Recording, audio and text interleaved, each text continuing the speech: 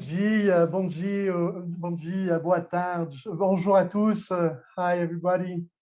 Bonjour à tous. Soyez les très bienvenus. Je suis très heureux d'ouvrir cette nouvelle conférence dans le cadre de notre série, les IIP Talks. Je suis Benoît Le Bouteiller. Je vous parle depuis le Brésil. Je suis en ce moment proche de la merveilleuse ville de Belo Horizonte. Je vais me décrire rapidement pour les personnes qui sont ici, et les personnes aveugles qui sont présentes ici.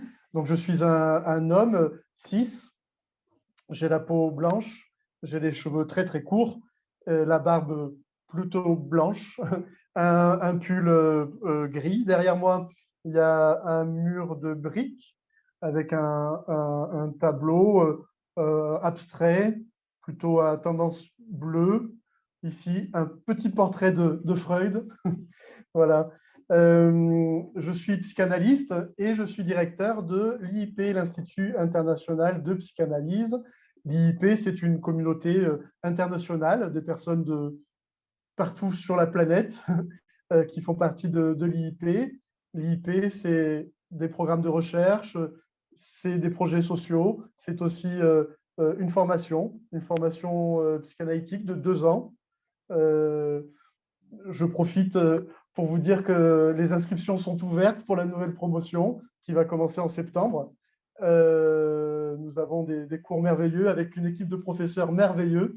Peut-être qu'on va mettre dans le chat la liste des professeurs, voilà, dont Tami Ayouch, que nous avons l'immense plaisir de recevoir aujourd'hui. Je vais vous le présenter dans une minute et lui laisser la place dans une minute.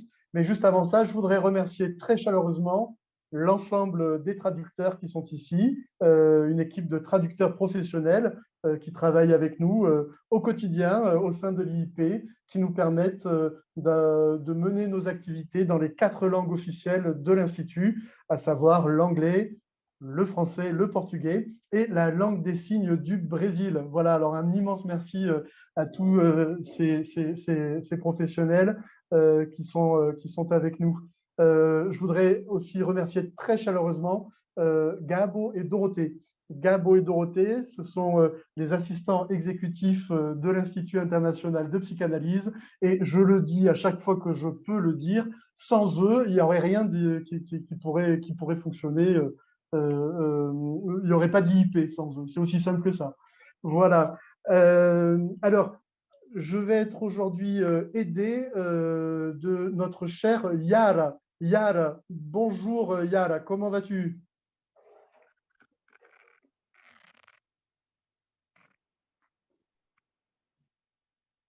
Hi, Benoit. Thank you very much. Doing well. I'll also describe myself shortly. Bonjour Benoît, merci beaucoup. Je vais me décrire rapidement. Je vous parle directement depuis Berlin, en Allemagne. I'm wearing a colorful shirt. Je porte behind me, une... a bookshelf, a white Je me trouve devant une étagère avec des livres. although it's Nous sommes ici donc en Allemagne, comme je l'ai dit, donc nous avons une certaine luminosité, c'est l'été ici. Donc soyez les bienvenus, tout le monde. Et aujourd'hui, nous sommes en mode webinaire sur Zoom, c'est-à-dire que vous pouvez poser votre question à travers le Q&A. Vous voyez, sur le menu de la barre inférieure de Zoom, vous pouvez poser votre question en anglais, en portugais, en français. Et si vous préférez poser votre question ou faire un commentaire oral, vous pouvez lever votre main et nous vous autoriserons à prendre la parole en allumant votre micro. C'est également possible de s'exprimer en langue des signes brésilienne, Libras. Voilà, merci beaucoup pour votre présence aujourd'hui. Merci beaucoup Yara. On te retrouve du coup juste après la présentation de notre chère Tami. yes.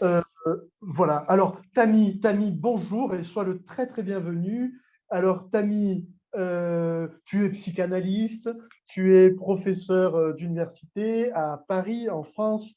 Tu es un des professeurs de la formation de l'Institut international de psychanalyse.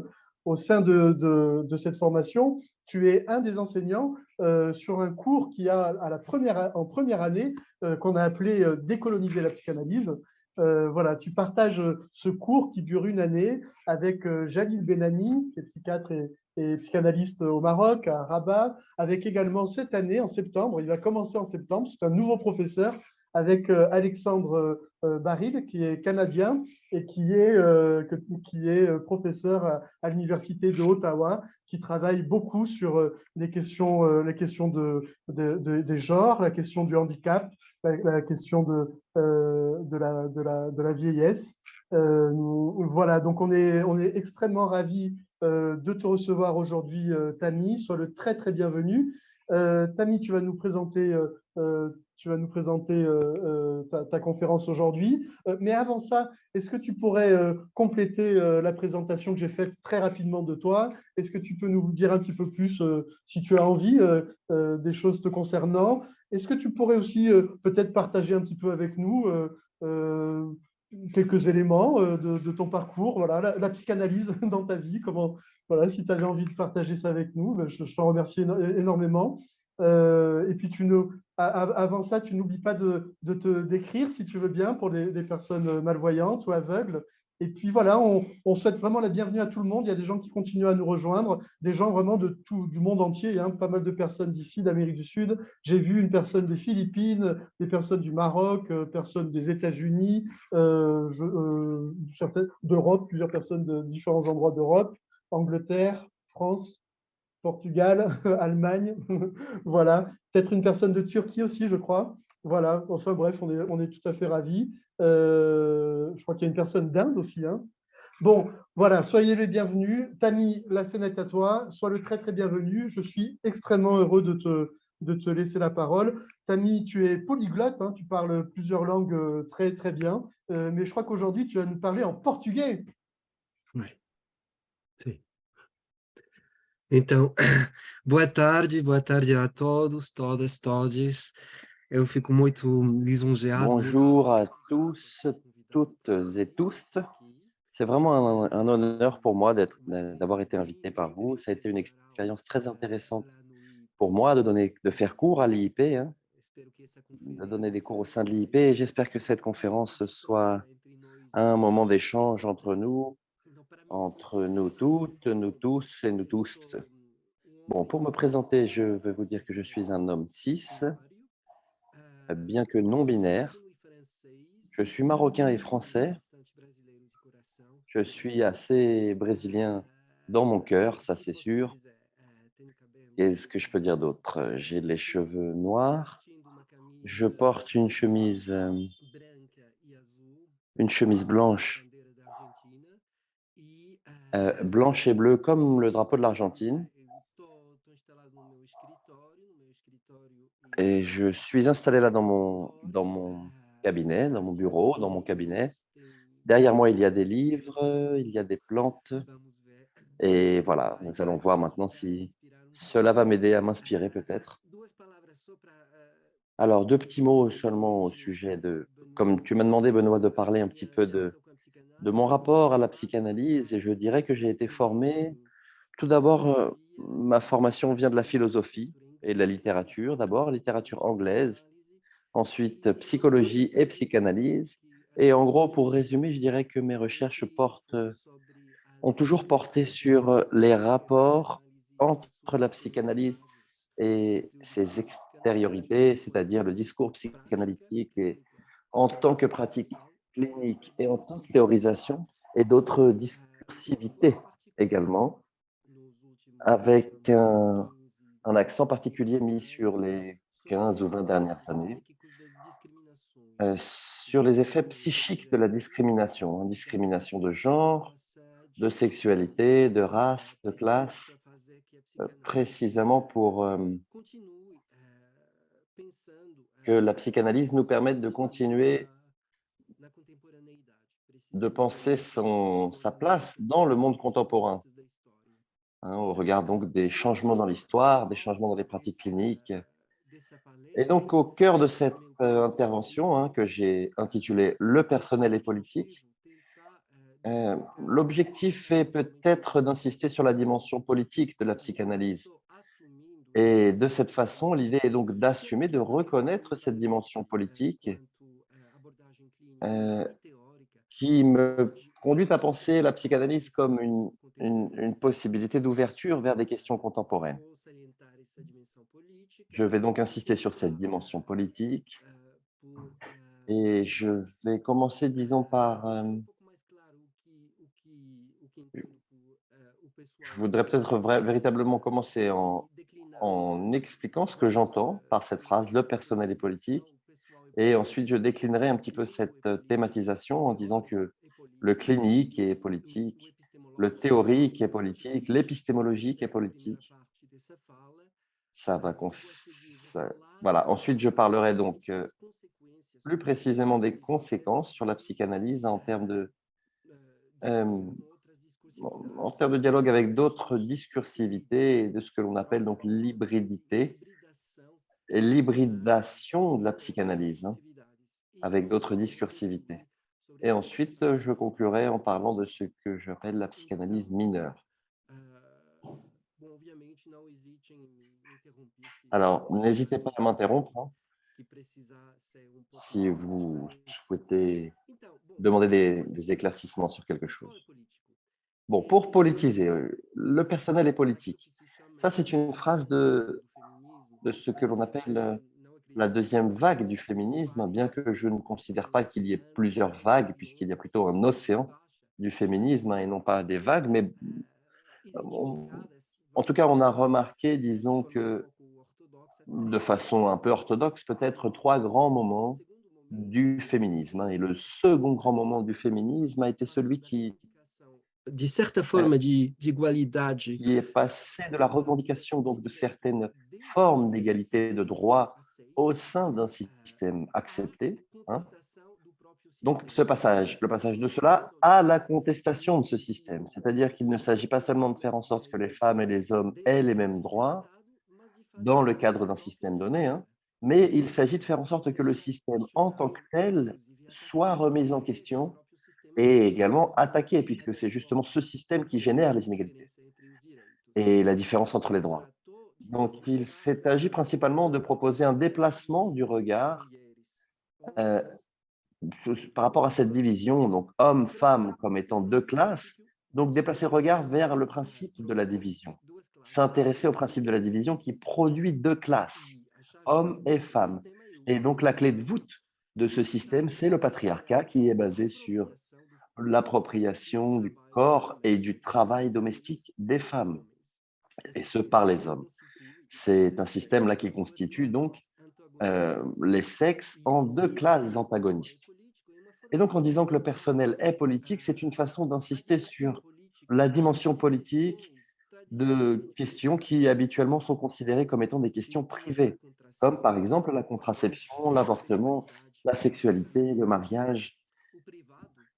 Le privé, c'est immédiatement politique. Le subjectif est fondamentalement social et s'inscrit dans les rapports de pouvoir qui structurent le social.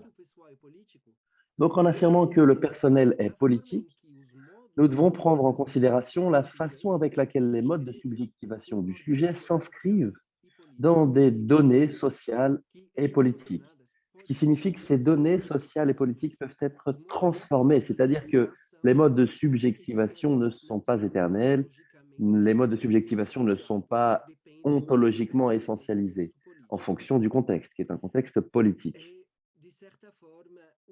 D'une certaine manière, l'une des choses sur lesquelles Lacan a insisté lorsqu'il écrit que l'inconscient est apolitique, eh bien, ce que je comprends par la politique, là, c'est la gestion des rapports de pouvoir et de l'organisation sociale. Donc, c'est politique au sens large, hein. Ce n'est pas politique au sens de gouvernement, État. Et la psychanalyse, je dirais qu'elle est politique, ce qui signifie que la place qui, au nom de la pureté et de la neutralité analytique, cette place donc qui prétend rejeter tout type de considération politique, hein, cette posture qui consiste à dire nous, dans les cabinets, nous regardons la réalité subjective et la politique doit rester en dehors de notre cabinet à partir d'une position neutre, axiologique, désaffectivée. Eh bien, c'est cette position qui rejette la politique qui est en fin de compte politique. Elle ne peut pas ne pas être politique. C'est un choix politique, précisément. C'est un choix par rapport à des jeux de pouvoir en faveur de l'ordre, de la reproduction et contre le changement ou la création renouvelée. Donc, le clinique est politique également. Le clinique est politique parce que toute ma réflexion sur la politisation de la psychanalyse vient en fait de mon travail sur la clinique, sur les violences, les exclusions de genre, mais également sur la clinique de la langue de la migration, de l'exil. Et de nombreuses analysantes m'ont rapporté avoir consulté donc des analystes, des psychologues, qui ont analysé ce qui avait provoqué en particulier ce qui avait été appelé l'homosexualité. Vous voyez, votre homosexualité, ou alors comment votre identité sexuelle, entre guillemets, hein, aurait été déviée. Et cette hostilité théorique clinique hostile et contre-transférentielle, elle constitue justement un certain type de discours supposément analytique qui prétendrait conduire ces gens vers le droit chemin. L'homophobie, la transphobie, le sexisme, toutes ces choses-là, si elles ne sont pas totalement psychologiques, personnelles, elles sont quand même structurelles, précisément à partir de classifications, hein, des classifications par exemple des sexualités avec au sommet, disons, euh, au sommet, on aurait l'hétérosexualité et ensuite les autres sexualités en dessous, hein, qui seraient classifiées de cette façon. Eh bien, cette lecture, elle est partie intégrante d'un type d'homophobie structurelle. De la même façon, la classification des identifications de genre consistant à prioriser donc les cis, ou la cis-centralité plutôt, est également transphobique. Et ça, c'est structurel. De la même façon, le racisme également peut ne pas être personnel, ou l'analyste peut ne pas être personnellement raciste. Toutefois, il y aura nécessairement, au moment où il va imposer une domination de la blanchité, et inévitablement, il va reproduire le discours du racisme structurel. Cette posture s'installe dans le racisme structurel. Donc, au cours d'une pratique de nombreuses années, après donc de nombreuses années de pratique, je pense que je peux dire que travailler dans cette clinique, ça implique une certaine flexibilité, une certaine adaptabilité. Ça implique personnellement de proposer une approche clinique qui implique donc un développement d'un style propre. Moi, ça m'a pris beaucoup de temps, hein. Ça fait un certain temps que je travaille en tant qu'analyste et ça m'a pris beaucoup de temps, en fin de compte, pour trouver ce style, hein. Mon style propre, euh, consistant à s'éloigner d'une vision assez orthodoxe, hein, de la cure type et me concentrant principalement sur le transfert qui considère donc comme quelque chose qui se produit donc à la croisée des relations sociales de pouvoir, de genre, de sexualité, de race, de classe, d'âge, de validité, etc. C'est-à-dire que le transfert en soi, c'est un espace politique qui consiste à reproduire des rapports sociaux de pouvoir. Il s'agirait donc ici précisément d'analyser comment, dans le cadre de ce rapport, qui est un rapport asymétrique, hein, la relation analytique, ce n'est pas une relation d'amitié, hein, ce n'est pas des amis. C'est une relation asymétrique avec un sujet supposé savoir et un analysant ou une analysante. Toutefois, l'objectif, c'est justement de faire en sorte que cette relation qui est asymétrique ne devienne pas une relation de pouvoir, un rapport de pouvoir qui peut impliquer l'abus de pouvoir notamment. Et à ce moment-là, lorsqu'il y a abus de pouvoir, j'ai l'impression qu'il y a une inscription de ces rapports dans les rapports sociaux de pouvoir et cela doit être analysé. Le clinique est politique, mais le théorique est politique également. Ça, c'est une considération que l'on retrouve, hein, dans une littérature analytique assez importante qui parle de la diversité de genre, sur les postures de sexualité, les postures non hétérocentrées, avec un objectif de condamnation. Et je me suis particulièrement intéressé à ce que l'on appelle les maltraitances cliniques, les insultes diagnostiques. Il s'agit d'une pression clinique et théorique de personnes gays, trans, basée sur des diagnostics prédéfinis qui privent de façon progressive donc ces gens de toute capacité symbolique et exigent une confession de leur ignorance. Et cette approche a pour fonction de produire donc la vérité des désirs de ces sujets, de ces corps, sans que ces sujets n'aient la possibilité de parler pour eux-mêmes. Cet usage performatique du diagnostic que j'appelle c'est une façon de reprendre des catégories un peu injurieuses de l'homophobie, de la transphobie, et à travers donc des vêtements pseudo-scientifiques, disons des airs pseudo-analytiques, qui consistent en fin de compte à reproduire les rapports sociaux de pouvoir, de sexualité et de genre. Et donc, que cela peut être repensé, déconstruit, retourné, resignifié. À chaque fois que l'on trouve cela, on peut faire tout ça. On peut inverser cette insulte. Hein. Historiquement, c'est l'histoire de la réappropriation des termes offensifs, hein, comme par exemple les termes en anglais de faggot, cunt, bitch, queer, qui sont des termes qui ont été repris, réappropriés et revendiqués comme étant des endroits, des espaces de solidarité pour ces groupes qui sont engagés dans des luttes. C'est donc une réappropriation, et cette réappropriation peut se produire également à travers des performances, des interventions. Je pensais par exemple à une performance assez importante hein, qui a été faite par Saint-Boursier il y a quelques années de cela. Le ZAP, ça s'appelle. L'objectif, ça consiste à insister sur la parole politique, c'est-à-dire qui peut parler, qui a accès à la parole, qui peut envahir des endroits de conférences pour tenter de dire des choses. Hein. Et donc, ce ZAP de Saint-Boursier me paraît particulièrement intéressant parce que quand les queers ont envahi une conférence sur les transidentités, ce qui a été appelé donc le transsexualisme, il s'agissait là de décrire le syndrome du CTLPHF.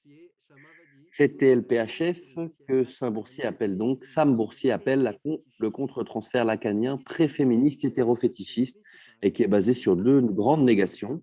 Tout d'abord, la forclusion du nom de Lacan et ensuite le rejet du militantisme hétérocentrique de ces psychanalystes.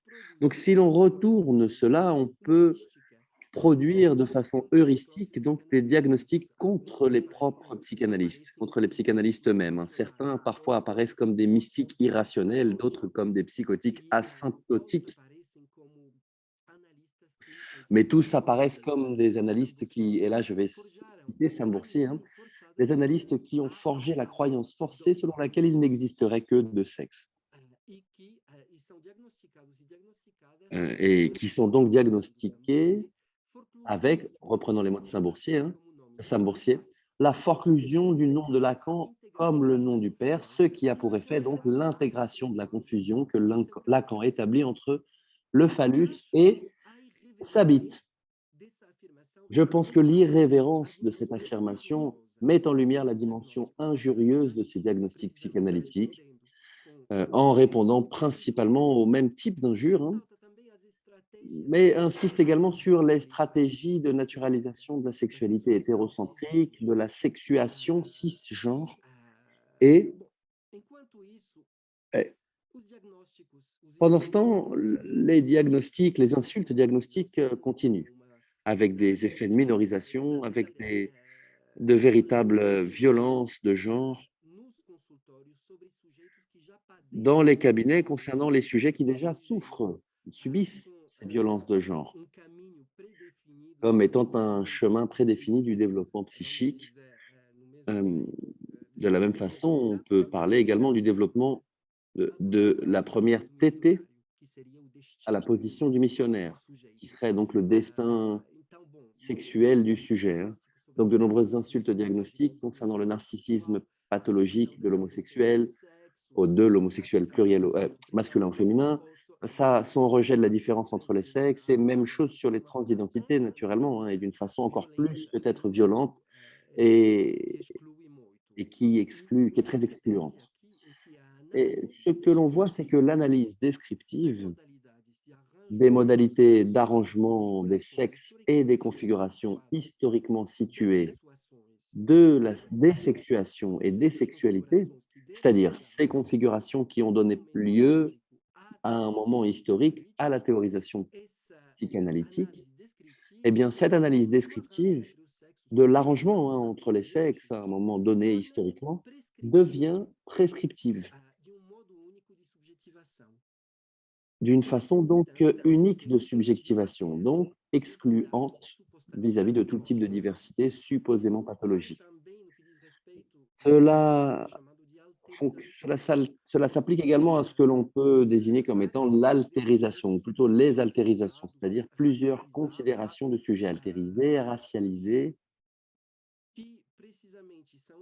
qui précisément sont exclus du champ psychanalytique lorsqu'ils refusent de prendre en considération les rapports sociaux de genre et de race, ainsi que leurs conséquences psychiques.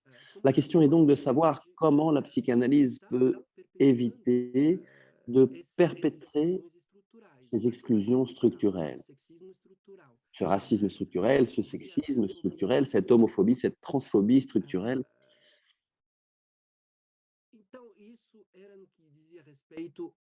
Donc, c'est ce qui renvoie là à la dimension politique. Voilà. Donc maintenant, l'épistémologique est politique. Qu'est-ce que j'entends par là? En parlant de la politisation de l'épistémologie, je pense que d'une façon très foucaldienne, on est en train là d'élaborer une archéologie et une généalogie des savoirs, pardon, c'est-à-dire des conditions d'apparition des discours, de la vérité, des rapports de force, des subjugations de certains savoirs et précisément favoriser certains savoirs au détriment d'autres qui ont été exclus. Je pense que d'un point de vue épistémologique, cela peut être pris en considération à travers deux épistémologies, hein. D'abord, l'épistémologie des savoirs situés, hein, ou l'épistémologie du positionnement, qui entend éviter, entend faire en sorte que le discours psychanalytique évite de prêcher une supposée neutralité dans le monde. Ou... La question, en tout cas, de la situation des savoirs vient en vérité de deux traditions politiques. La première, c'est la figure donc, du subalterne qui a été introduit par Gramsci, Antonio Gramsci. Il fait référence à celui ou à celle qui fait l'expérience directement de la domination, qui vit la domination. Par exemple, un ouvrier au sein d'une usine. Là, pour reprendre une analyse marxiste des années 50, par exemple. Mais précisément en vertu de cette situation de minorisation au sein de la fabrique, cette personne peut développer une expertise de l'exploitation qui est inaccessible à celles et à ceux qui occupent une place de domination au sein de l'usine. Donc, c'est cette position de marginalisation qui permet une certaine expertise, en fin de compte, certaines connaissances au sujet des rapports de domination. Et de la même façon, hein, naturellement, en termes de genre, les femmes peuvent observer les choses à partir d'une position privilégiée, en particulier la domination masculine qui structure la société capitaliste et de cette façon reproduit cette invisibilisation. Donc on a des traditions marxistes, mais aussi des traditions afroféministes, états-uniennes, avec des autrices comme par exemple Bell Hooks, comme Angela Davis, comme Audre Lorde, comme Patricia Hill Collins, qui sont des autrices qui tentent qui tente de valoriser les savoirs produits en marge par les femmes noires, qui se trouvent être donc plus appropriés parfois que le savoir hégémonique supposément défini par des critères d'objectivité. C'est donc une position en, eh, au bord, en périphérie, en marge. Et je pense que cette conscience de la marge au sein du centre, interne et externe en même temps, me semble très adaptée à l'objet de l'écoute analytique, c'est-à-dire écouter ce qui ne se trouve pas uniquement au centre, mais écouter ce qui vient de la marge également. Il s'agit donc, je pense, d'éviter ce que Sandra Harding et Donna Haraway appellent en particulier le God trick, vous voyez, une espèce de truc divin, c'est-à-dire la somme de tous les points de vue. C'est quelque chose qui est naturellement une impossibilité, hein, mais c'est une impossibilité qui, paradoxalement, caractérise un certain savoir qui ne se situe pas, qui n'entend pas dire depuis quelle place il s'exprime. C'est donc un savoir réductionniste, universaliste, et qui est basé sur un voir sans être vu. Comme le disait Donna Haraway, ça renvoie là à la position non marquée hein, de l'homme et du blanc. Et là, on pourrait ajouter de l'hétéro et du cis et du non handicapé et de la classe média, de la classe moyenne, etc., etc. Donc, l'épistémologie du positionnement, mais également l'épistémologie de l'ignorance, qui me semble particulièrement intéressant au moment où l'on parle de race.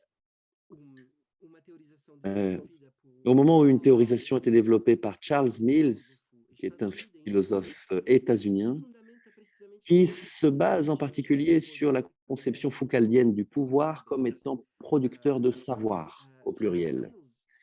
Charles Mills analyse en 1997 ce qu'il appelle le contrat racial, précisément pour repenser, pour mettre en question toute la tradition philosophique et la philosophie politique du contrat social.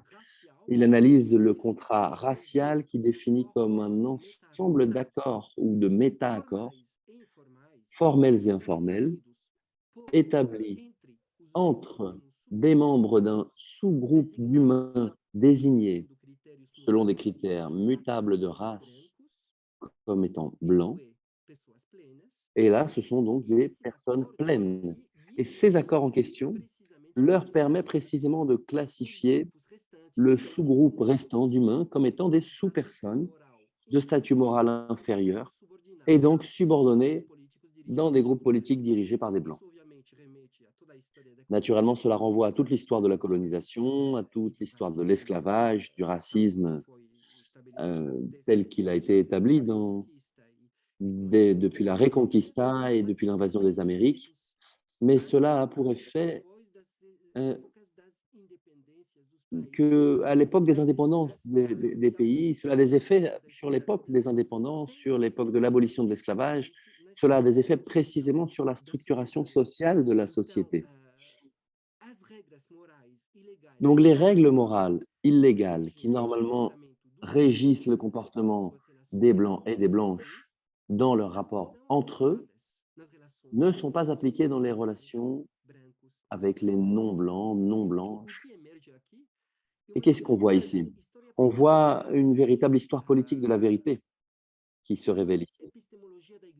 On a une épistémologie de l'ignorance, pour reprendre les termes de Charles Mills, une épistémologie inversée qui comporte des dysfonctions cognitives situées et globales.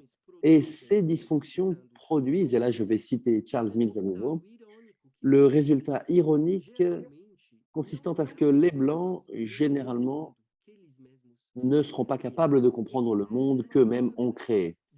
C'est-à-dire que c'est une façon, donc c'est une forme de manque de confiance du racisme en tant que racisme structurel, de l'inégalité dans les traitements.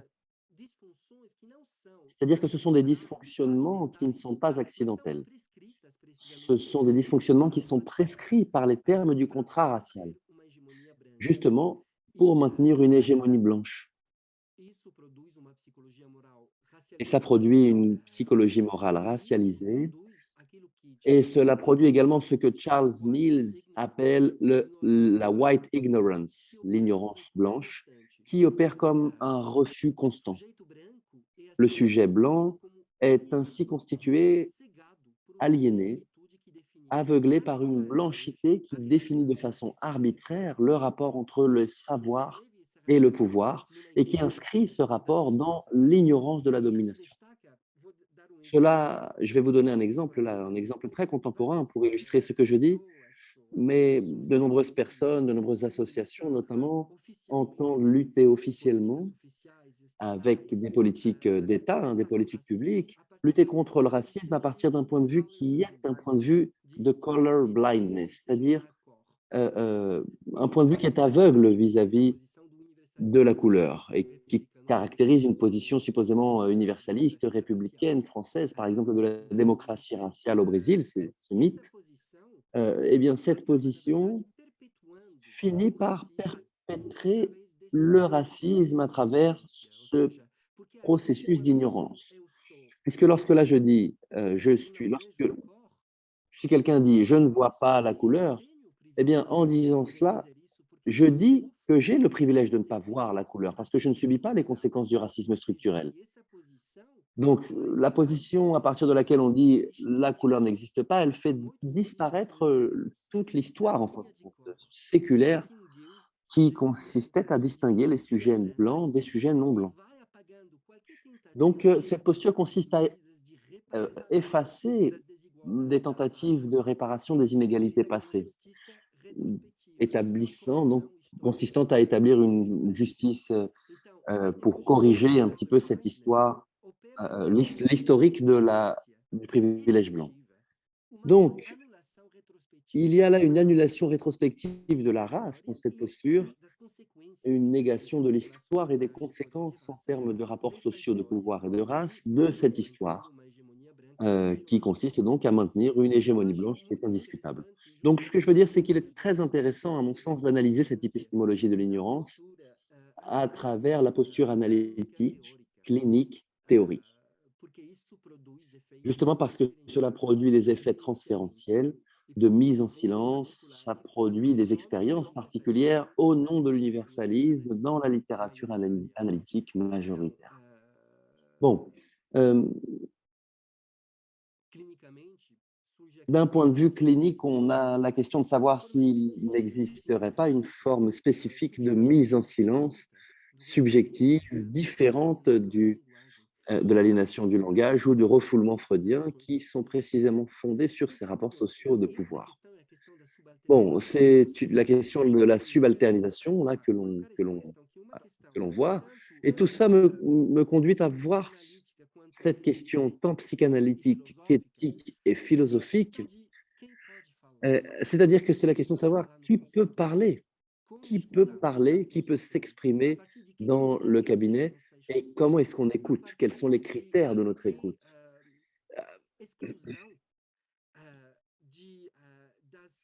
À partir de quelle exclusion des catégories majoritaires, de la représentabilité, c'est-à-dire, ce que je veux dire, c'est que la subalternisation, ce n'est pas seulement un régime de domination. C'est également le fait qu'un subalterne ou une subalterne soit exclu de la grammaire hégémonique, qui ne permet pas à ces subalternes qu'ils s'expriment depuis leur place, depuis leur position. Donc ça soulève la question de la façon dont on écoute en cabinet. À partir de quelle grammaire hégémonique on écoute et comment est-ce qu'on peut écouter précisément ce type de subalternisation. Je vois que...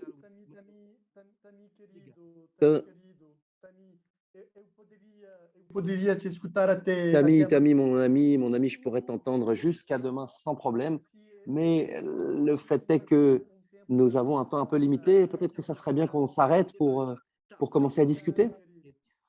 D'accord. D'accord. Ce que je voulais dire pendant cette conférence qui n'a pas de fin, en fin de compte, elle est interminable et effectivement, je n'ai pas bien calculé mon temps de parole, mais ce que je veux dire, c'est que tout ça m'a conduit à penser une hybridation de la psychanalyse. Hybridation, c'est-à-dire que ma position centrale dans cette psychanalyse politisée Eh bien, pour que la psychanalyse soit psychanalytique et ne soit pas congelée dans une forme de narcissisme autour de son identité, consiste à mon sens à s'hybridiser contre les discursivités, contre les, à s'enrichir des études queer, à s'enrichir des études queer, trans et féministes naturellement, hein, mais également concernant les études postcoloniales, décoloniales et les études critiques de la race et de la blanchité. Donc, une hybridation qui consisterait peut-être à reprendre toute la question de l'identité comme étant, consistant à voir, puisque l'identité, c'est un critère invisibilisant dans la psychanalyse actuellement. L'identité de soi, et je pense que c'est une captation imaginaire, la psychanalyse ne doit pas être identique à elle-même. L'identité également de sujet défini à partir de conceptions diagnostiques, de classification qui ontologisent et naturalisent la différence, et l'identité de l'analyste également, qui, là, c'est un paradoxe, hein, mais je pense que précisément pour pouvoir exercer la psychanalyse, il faut être traversé, il faut dépasser certains blocages au niveau identitaire. Donc, je vais vous donner quelques pistes, hein, que je ne vais pas dire maintenant, mais je conclurai simplement en disant que cela m'a conduit à penser ce que j'appelle la psychanalyse mineure.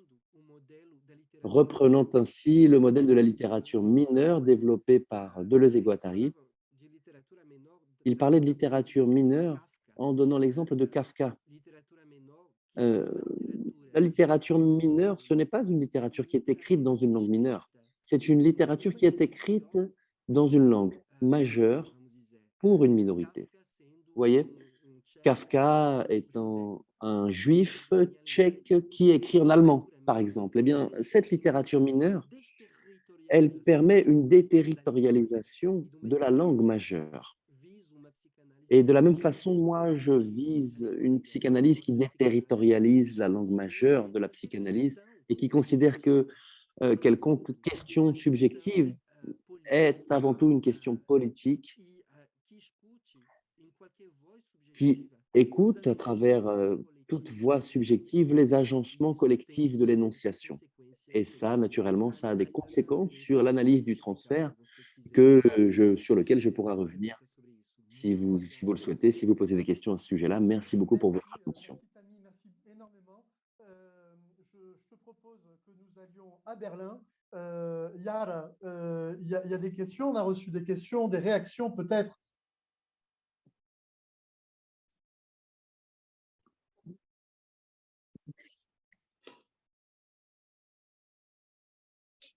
Yes, hello, Tammy. It's always such a pleasure to listen to you and to learn with you.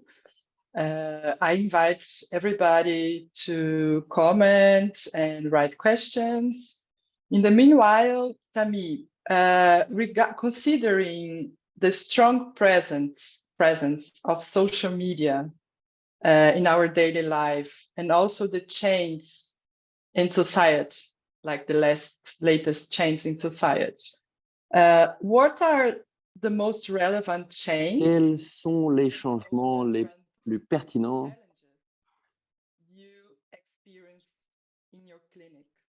que tu as vécu dans ta clinique concernant les effets collatéraux, par exemple, de la discrimination, les violences de genre et d'autres relations de pouvoir? Donc, tu parles des réseaux sociaux et du changement social, c'est de ça que tu parles? C'est-à-dire les défis et puis les changements que tu as constatés dans ta pratique.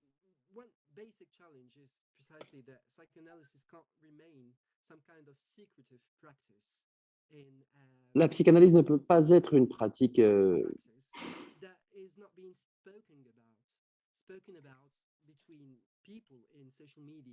And I think this democratization of psychoanalysis is very important too, because it also enables people to give their opinion. Puisque ça permet aux gens d'émettre leur opinion au sujet de certaines pratiques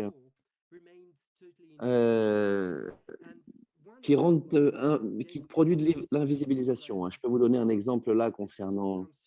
c'est quelque chose qui m'est venu en tête là. Lorsque tu m'as posé cette question, je parlerai là de la pratique consistante à chercher une psychanalyse sûre, safe en anglais. Vous voyez, dans de nombreux pays également, on parle souvent de safe psychanalyse, de psychanalyse sûre, avec des gens donc, qui demandent, qui cherchent de la sûreté, de l'analyse sûre, en sécurité, tout ça. Vous voyez. Et donc, je pense que ça, c'est très important, puisque de nombreux analystes, de fait, disent que cela, c'est très imaginaire. Je ne sais pas, par exemple, vous êtes gay, alors vous cherchez un analyste gay, parce que vous pensez qu'un analyste gay va mieux comprendre, va mieux vous comprendre plutôt qu'un analyste qui n'est pas gay. Eh bien, ça, tout ça, ce sont des captations qui sont imaginaires. Et effectivement, ça peut être assez imaginaire, en effet, mais le véritable objectif de l'analyse du transfert se déplace de cette première captation imaginaire vers une analyse donc, des rapports symboliques qui sont établis. Donc, je pense que cette analyse sûre, c'est important puisque c'est une façon pour les analysants de gagner une forme de pouvoir. C'est important puisque c'est une façon pour les analysants d'avoir leur voix entendue. Et c'est la façon avec laquelle ils ne soumettent pas, sans aucun type de critique, là, sans aucun type de remise en cause, hein, le véritable pouvoir de l'analyste omnipotent, sans s'interroger véritablement concernant ce par quoi ils passent, ce à quoi ils font face. Je pense que c'est important, parce que justement, c'est aussi une façon d'essayer de penser les rapports de pouvoir concernant le sujet supposé savoir, qui serait donc l'analyste et qui, en pratique, n'est pas véritablement un sujet de connaissance, hein. Donc, je pense qu'en demandant une analyse, un psychanalyste sûr, disons safe, hein, c'est une façon de dire j'ai mon mot à dire de la part de l'analysant. C'est une façon pour l'analysant de dire j'ai mon mot à dire par à ça. Ce n'est pas comme si la psychanalyse pouvait donc me… Donc, alors, Tammy, il ne reste pas beaucoup de temps, hein, mais c'est une bonne façon peut-être de jeter un coup d'œil sur la formation que nous allons commencer en septembre. Et je poserai une question concernant le transfert, hein, peut-être. Quelle est l'importance du transfert et du contre-transfert dans ce processus, hein? C'est-à-dire, peut-être que c'est un peu compliqué de parler de cela en si peu de temps. Ça renvoie à la différence entre le transfert symbolique et le transfert imaginaire. Mais également, est-ce que vous pouvez nous parler un petit peu? Je vois qu'il y a eu un commentaire tout à l'heure aussi au sujet dans le chat, hein, qui disait « Je ne mettrai pas tous les blancs dans la même catégorie, notamment ceux de l'Est qui n'ont rien à voir avec le colonialisme de l'Ouest. » Donc peut-être que, je ne sais pas, on parle de pays homophobes, peut-être, je ne sais pas. Bref, est-ce qu'on peut tout rassembler un petit peu là dans les quelques minutes qu'il nous reste avant la fin de la conférence et avant que je repasse la parole à Benoît pour conclure? Je vais commencer par ta deuxième question concernant la blanchité, hein. La blanchité, ce n'est pas une question de couleur, hein. Ce n'est pas une question de couleur de la peau. En tout cas, ça ne repose pas uniquement là-dessus. La blanchité, c'est de la même façon que le racisme, c'est une question de rapport, c'est relationnel. Le racisme n'est pas biologique, n'est pas ontologique, c'est une question de rapport, de relation entre deux groupes, entre deux sujets. Et donc, c'est un rapport basé sur l'histoire. Ce sont des rapports basés sur le massacre de peuples autochtones, sur la colonisation et naturellement sur l'esclavage, évidemment. Et c'est ce qui définit au moins deux ou plus de deux groupes des classes des classes supérieures qui dominent, qui exploitent et qui naturellement excluent les autres groupes. Donc en fin de compte, la race, lorsque l'on parle de blanchité, la blanchité, c'est quelque chose qui dépend du contexte.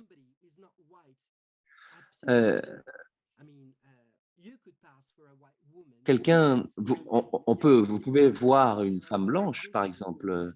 Yara, au Brésil, vous êtes considérée blanche, par exemple. Mais je ne crois pas qu'en Allemagne, vous serez considérée de la même façon, c'est-à-dire en tant que blanche, vous serez considérée blanche au Brésil, ok? Mais en Allemagne, comme vous venez du Sud global, vous êtes une femme qui vient du Sud global. Donc, il y a toute une histoire entre le Nord global et le Sud global. Donc, la blanchité, ce n'est pas une question de couleur de peau, c'est une question de place que l'on occupe, de position. Et aujourd'hui, toute cette histoire, en fin de compte, toute l'histoire occidentale, hein, de colonisation, de domination, d'esclavage, d'exploitation, où se positionne-t-on par rapport à cela? Eh bien, la blanchité, c'est par exemple la possibilité d'encercler. Par exemple, moi, j'ai un passeport européen. Pour cette raison, je suis blanc. Mais je ne suis pas en France. En tout cas, en France, je ne suis pas blanc. Je suis marocain. Mais du point de vue de la circulation, je suis blanc. J'ai des droits que d'autres personnes n'ont pas, puisque je suis né dans un pays qui ne donne pas le privilège de circulation. Donc, c'est de ça que je parle quand je parle de blanchité. Je crois que la question portait sur l'Est. Oui, effectivement, c'était un commentaire en fait, Tammy. C'est simplement un commentaire auquel j'ai fait référence, hein. Je suis tout à fait d'accord avec ce que tu dis. Je vis l'expérience de ce que tu viens de décrire au quotidien en Allemagne, hein. Mais c'était une question de quelqu'un qui vient des Philippines, je crois. Mais bref, Tammy, est-ce que tu peux parler un petit peu du transfert? Oui, oui, le transfert, d'accord. Alors, Lacan parle du transfert dans tous les cas, hein. C'est-à-dire que le transfert imaginaire, c'est un des grands dommages de l'analyste, des préjugés, pardon, un des grands préjugés de l'analyste.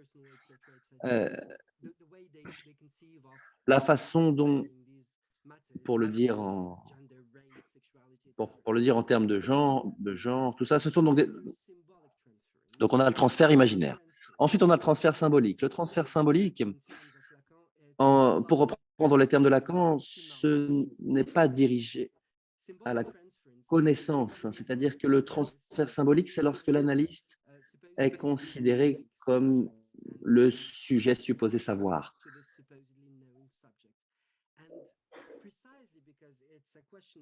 Précisément parce que c'est une question donc de sujet supposé savoir, de connaissance. Donc moi, je pense vraiment, je pense les choses d'une façon foucaldienne. Je pense que ces connaissances qui sont garanties par un sujet supposé savoir, c'est un savoir qui est totalement inscrit dans des rapports sociaux de pouvoir.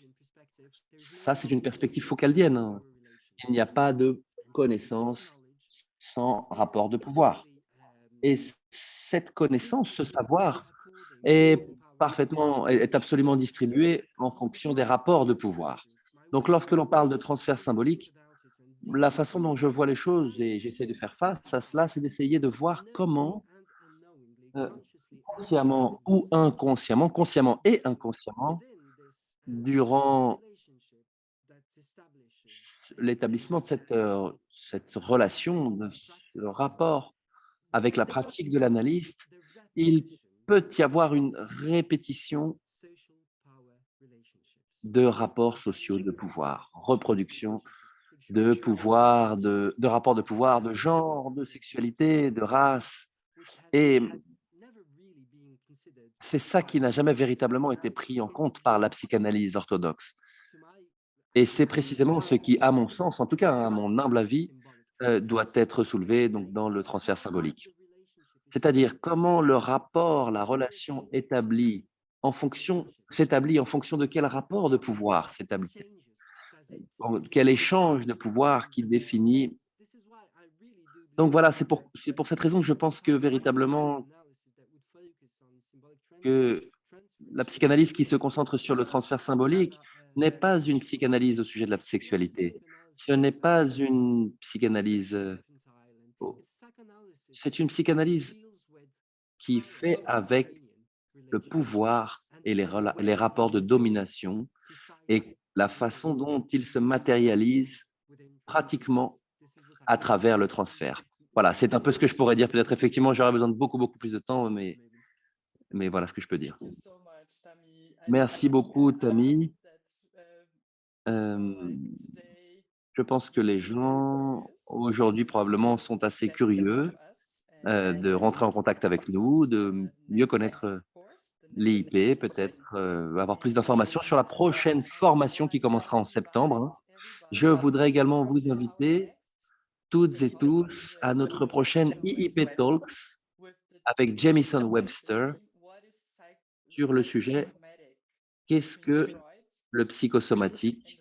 entre Freud, Winnicott et Lacan. Ça va être le prochain IIP Talks le 5 août et on poste des informations sur le chat au sujet de ce prochain IIP Talks. Samy, c'est toujours un vrai plaisir. On pourrait passer toute la journée, tout le week-end à discuter avec toi, à t'écouter. Merci beaucoup en tout cas. Et je voudrais inviter Benoît maintenant à clôturer cette belle session. Et une fois de plus, merci également aux traducteurs, aux traductrices et à toutes et à tous les participants et participantes. Merci beaucoup, Tammy. Merci Yar et merci beaucoup Tammy pour ces propos stimulants. Merci à tous d'avoir été présents. N'hésitez pas à nous suivre sur nos réseaux sociaux. À très bientôt pour écouter Jamie Hazen qui nous parlera de New York.